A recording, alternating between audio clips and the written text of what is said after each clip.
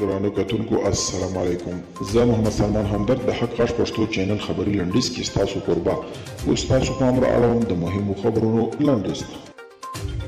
روسیې امریکا ته وړاندیز کړی و چې په مرکزي اسیا کې له نظامي اډو د افغانستان د څارلو لپاره کار واخلي.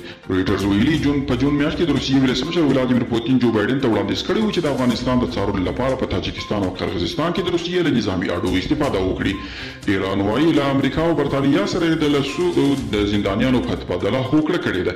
د ایران د بهرنیو چارو وزارت ویان سعید خطیبزاده ویلي چې دوی نن هم د زندانیانو تبادلې ته تیار دي، خو امریکا په دې برخه کې پر خپلو ژمنو عمل نه کوي. عمران خان د سلسله علي خیل د ربړونې او تښتونې د عاملونو د نیولو امر کړی دی. د پاکستاني رسنیو د راپورونو له مخې د پاکستان لومړی وزیر عمران خان د دغه هیواد د کورنیو چارو وزیر ته د 48 ساعته وخت ورکړی څو د دغې پیښې عاملین ونیسي. او د کرنې وزارت خبر ورکړی دی چې په 7 ولایتونو کې د زعفرانو د پروسس 38 مرکزونه جوړیږي.